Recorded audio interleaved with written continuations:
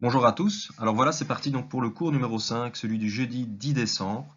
On va discuter durant cette vidéo de la structure des molécules ou des ions selon Lewis. On va essayer de comprendre un peu comment, au sein d'une molécule ou au sein d'un ion, sont organisés les atomes les uns par rapport aux autres. Alors, on est toujours dans dans ce chapitre-ci, sur celui notamment où on a parlé des liaisons covalentes, de la covalence, de la liaison covalente parfaite et polarisée. Et donc maintenant, nous allons détailler ces fameuses structures. En gros, c'est comment peut-on dessiner sur un papier les liaisons entre atomes quand une molécule est constituée ou un ion est constitué de plusieurs atomes. Comment fait-on? Quel atome relie-t-on à quel autre atome, etc. C'est en fait une procédure assez simple que je vais détailler maintenant. Alors d'abord, un petit retour euh, par rapport à la vidéo précédente. Il y avait un petit manquement, mais c'était voulu, c'était parce que la vidéo était déjà très très longue. Donc cette fois-ci, je vais rajouter deux, trois informations sur cette fameuse liaison covalente polarisée. Et vous allez voir que ce petit rajout n'est pas un petit rajout, parce que ça débouche sur une notion qui est vraiment fondamentale.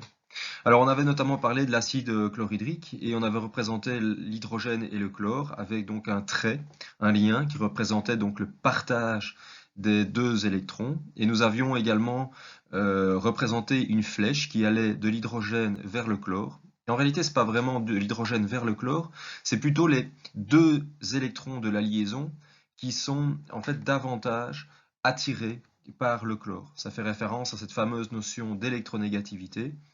Chaque atome est à son échelle un petit aimant à électrons et le chlore, engagé ici dans une liaison avec l'hydrogène, a tendance à attirer davantage les électrons de la liaison à lui que l'hydrogène. Ça veut donc dire que le chlore est un aimant plus fort, un élément à électrons plus fort que l'hydrogène. On dira donc que le chlore est davantage électronégatif. Alors, le fait que le nuage électronique, c'est-à-dire les électrons de la double liaison, soient davantage attirés par un atome qu'un autre, va induire que le chlore aura une tendance à avoir l'électron mis en partage, c'est-à-dire celui de l'électron, davantage dans son voisinage. Or, un électron est chargé négativement. Ce qui veut donc dire que, en fait, le chlore va avoir ce qu'on appelle une charge partielle, une charge fictive, qui sera donc négatif, puisqu'il aura l'électron d'hydrogène davantage dans son voisinage. Et l'hydrogène, quant à lui, aura une tendance à ne plus voir son électron qu'il avait mis en partage pour la liaison et sera donc chargé partiellement positif. Faites attention à cette notion de partiellement positif ou de charge partielle ou de charge fictive.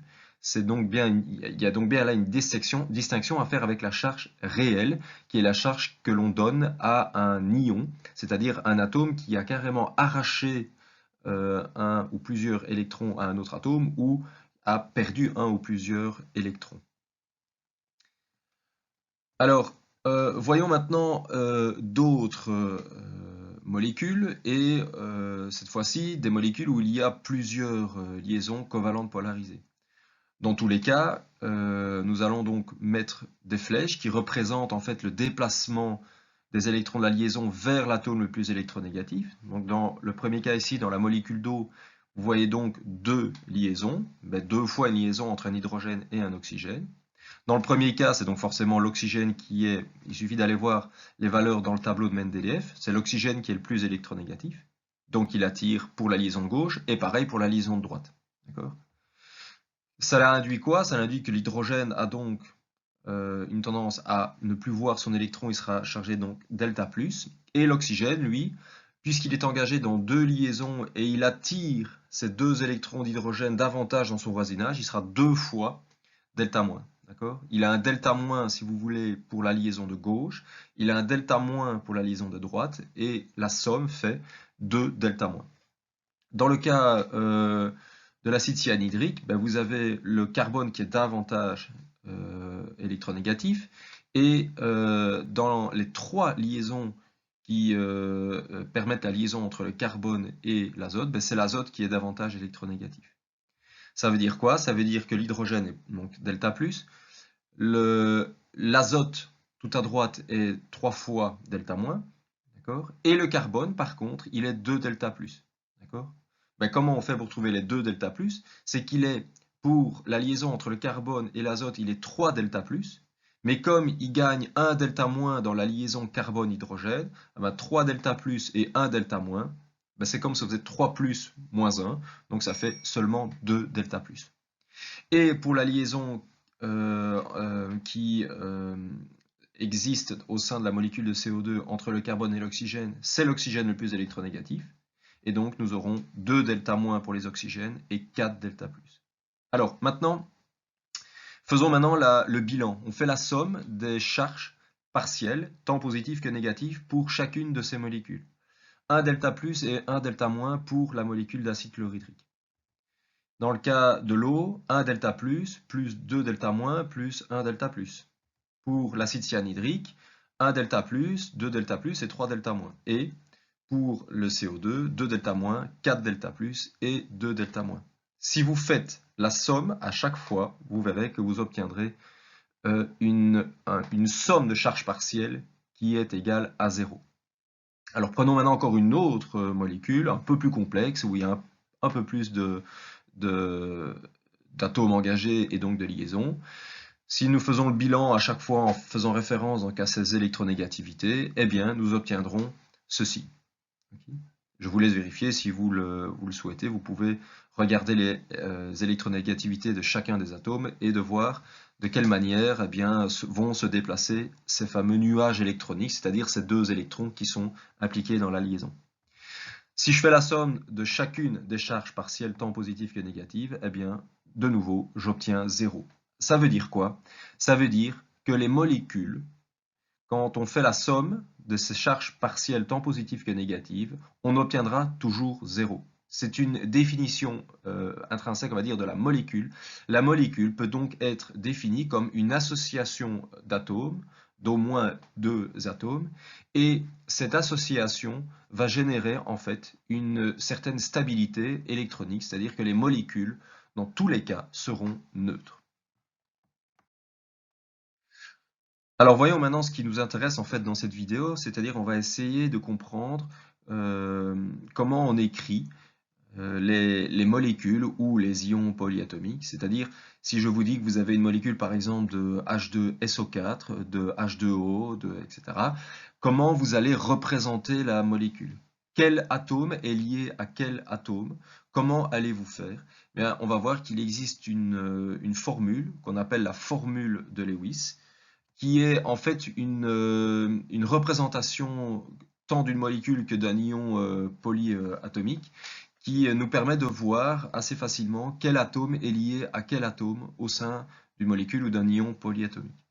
Les ions polyatomiques, j'y reviendrai par après. On va maintenant se focaliser principalement sur les molécules. Alors, pour justement écrire cette formule de Lewis, eh bien, vous allez suivre une procédure qui est assez simple. Si on respecte chacune des étapes, normalement, vous n'aurez aucune difficulté. Donc, la première chose à faire, c'est de représenter les atomes qui sont évidemment impliqués dans la molécule et de faire une représentation de Lewis. Je vous rappelle que la représentation de Lewis, c'est mettre le symbole de l'atome ainsi que la structure électronique de la dernière couche. Ensuite, quand vous avez représenté ces atomes et ces structures de Lewis des atomes impliqués dans la molécule, vous allez former des liaisons covalentes entre les atomes, évidemment par mise en commun d'électrons. C'est le principe fondamental, bien sûr, de la liaison covalente. Et vous allez vérifier à chaque fois la stabilité, c'est-à-dire vérifier qu'il y a bien la présence d'un octet d'électrons ou d'un duet, hein, ça dépend des atomes. Pour le cas de l'hydrogène, ce sera un duet d'électrons. Et donc vous vérifierez cette règle de l'octet ou du duet autour de chacun des atomes. Donc évidemment, liaison covalente stabilisante. Et puis enfin, vous écrirez la formule de Lewis de la molécule. Alors voyons maintenant comment ça marche avec trois exemples concrets. Alors voyons maintenant donc ces trois exemples. On va essayer donc d'écrire, on va le faire ensemble, on va écrire trois formules de Lewis pour des molécules binaires. Alors des molécules binaires sont des molécules qui, bi, ont deux atomes différents. D'accord ? Alors 1, comme je l'avais mentionné, on va représenter structure de Lewis pour chacun des atomes impliqués dans la molécule, dans ce cas-ci donc binaire. Donc dans le premier cas, eh bien nous avons deux fois donc un atome de soufre. Si vous allez voir donc dans le tableau de Mendeleïev, vous verrez en fait qu'il possède deux doublets électroniques et deux électrons célibataires, et c'est ces fameux électrons célibataires qui vont être impliqués dans ces liaisons covalentes. Ensuite, on va former des liaisons covalentes et on va vérifier donc cette fameuse règle de stabilité par la règle de l'octet ou du duet. On a donc deux atomes de soufre, et ces deux atomes de soufre en fait vont chacun partager deux électrons célibataires avec l'autre atome de soufre. Donc le soufre de gauche partage deux électrons avec le soufre de droite, ce qui va en fait former deux liaisons covalentes. Si vous regardez bien à l'étape numéro 2, quand on vérifie en fait cette fameuse règle de l'octet, vous verrez que autour du soufre de gauche, autour du soufre de gauche, vous avez 1, 2, 3, 4, 5, 6, mais aussi 7, 8 électrons. Donc il existe 8 électrons dans le voisinage proche du soufre de gauche. D'accord ? Ce qui veut donc dire que ce soufre-là est stabilisé. Et si vous regardez celui de droite, vous avez 1, 2, 3, 4, 5, 6, 7 et 8. Donc le soufre de droite possède lui aussi 8 électrons dans son voisinage proche. Les deux soufres sont donc ainsi stabilisés, ce qui justifie que cette molécule de S2 puisse exister puisqu'elle est stable. Prenons maintenant un autre exemple où on a le CH4, c'est du méthane. Le CH4, on a donc un carbone avec 4 électrons de valence et 4 atomes d'hydrogène avec un seul électron de valence, un seul électron célibataire. Comment ça marche? Eh bien en fait, on va avoir un carbone qui va être central et chaque électron du carbone va mettre en partage son électron, un de ces électrons, avec un électron de l'hydrogène. Ce qui veut dire que nous allons donc créer 4 liaisons covalentes pour former donc ce fameux CH4 avec un carbone central et 4 hydrogènes tout autour. Prenons maintenant le NH3. Donc on a de l'azote et de l'azote avec donc 3 électrons célibataires et 3 atomes d'hydrogène avec un électron célibataire. Voyons maintenant comment on peut organiser cela. On met donc l'azote et on peut comprendre que comme l'azote a 3 électrons célibataires et que nous avons 3 hydrogènes qui amènent un électron célibataire, on peut par déduction comprendre que chaque atome d'hydrogène va mettre en partage un électron avec un des électrons disponibles de l'azote pour former 3 liaisons covalentes et nous avons donc le NH3 représenté comme ceci. Alors voyons donc maintenant 3 exemples dans le cas donc de molécules ternaires, c'est-à-dire constituées de 3 atomes de types différents. Alors 1, bien sûr, ce sera toujours la même étape, on représente les structures de Lewis. On a donc l'hydrogène, le chlore et l'oxygène. Dans le 2, vous allez voir, il y a 3 sous-points. D'abord, on va créer des groupements OH. Ces groupements OH, on va en fabriquer autant qu'il n'y a d'atomes d'hydrogène. C'est-à-dire que ici, dans l'étape numéro 1, je vois qu'il n'y a qu'un atome d'hydrogène. Je vais donc fabriquer un groupement OH, c'est-à-dire je vais créer une liaison entre un hydrogène et l'oxygène. Et comment? Par une mise en commun donc, de 2 électrons. Mais vous voyez bien que l'oxygène, d'une certaine manière, n'est pas fini, dans le sens où il lui reste un électron célibataire, et on a évidemment compris que cet électron célibataire devait encore être mis en partage. Et en partage avec quoi? Avec forcément, dans ce cas-ci, c'est facile, le dernier atome qui n'est pas encore lié à la molécule. Et donc, nous avons quoi? Nous avons l'oxygène qui a fait une liaison covalente avec l'hydrogène et a fait une liaison covalente avec le chlore en mettant en commun son fameux dernier électron célibataire qui était bien visible en 2A, à l'étape 2A, avec ce chlore qui avait lui aussi un électron à partager. Si vous regardez bien dans cet état-ci, si vous regardez l'hydrogène, il a 2 électrons dans son voisinage, règle du duet il est stable, et l'oxygène et le chlore ont 8 électrons dans leur voisinage, ils sont aussi tous les deux stables. Comme chacun des atomes constitutifs de la molécule sont stables, eh bien la molécule est stable. Voyons maintenant le HNO2, donc de l'azote, 2 fois l'atome d'oxygène et 1 fois l'hydrogène. Il y a un atome d'hydrogène, il y a donc un groupement OH. Ce fameux électron célibataire restant de l'oxygène, je vais le mettre en commun avec un électron d'un autre atome. Le problème, c'est ici, il me reste un atome d'oxygène et un atome d'azote.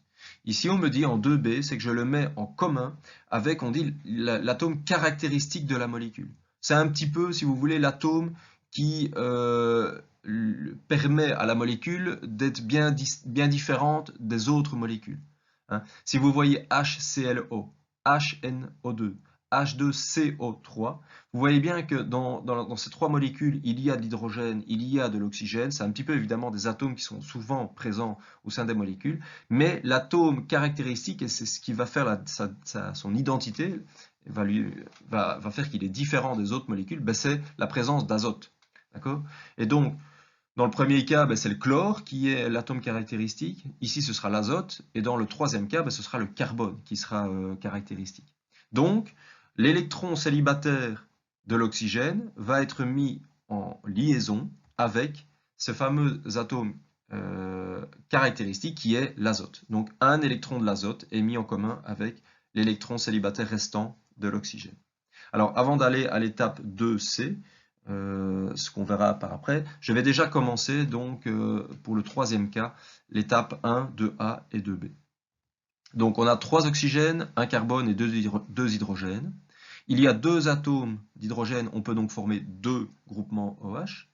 Et on prend ces 2 groupements OH et on va s'arranger pour créer, si vous voulez, une liaison entre ces 2 groupements OH et l'atome caractéristique. Je vous ai dit, l'atome caractéristique ici, c'est le carbone. On a donc le carbone qui va mettre un électron en partage avec un des électrons de l'oxygène et un autre électron mis en partage avec l'électron célibataire d'un autre groupement OH. D'accord ? Alors voyons maintenant l'étape C. On a presque fini donc toute la procédure. Il reste maintenant à mettre en commun les électrons célibataires restants avec l'atome qui reste. Eh bien, en fait, dans le deuxième cas, le premier cas, en fait, c'était déjà terminé, c'était fini, puisque tous les électrons avaient été mis en partage et tous les atomes avaient déjà été d'une certaine manière liés ensemble. Donc, c'était fini. Par contre, ici, vous vous souvenez que l'azote, il lui restait encore 2 électrons célibataires. Et ces 2 électrons célibataires vont forcément créer une liaison avec le dernier atome présent, c'est-à-dire l'oxygène. Et l'azote avait 2 électrons à partager, et l'oxygène en a 2 aussi. Vous allez donc créer 2 liaisons covalentes entre l'azote et l'oxygène. Dans le cas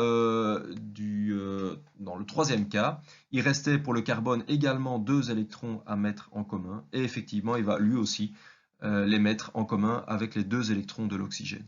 Maintenant, écrivons enfin, et c'est l'étape finale, et c'est ce à quoi vous devez arriver, c'est d'écrire cette fameuse formule de Lewis. En fait, il suffit d'une certaine manière de remplacer les 2 électrons entourés, qui représentent en fait la liaison, par un trait, je vous l'avais dit, qui représente cette fameuse liaison. Donc on a l'hydrogène, l'oxygène et le chlore pour le premier cas.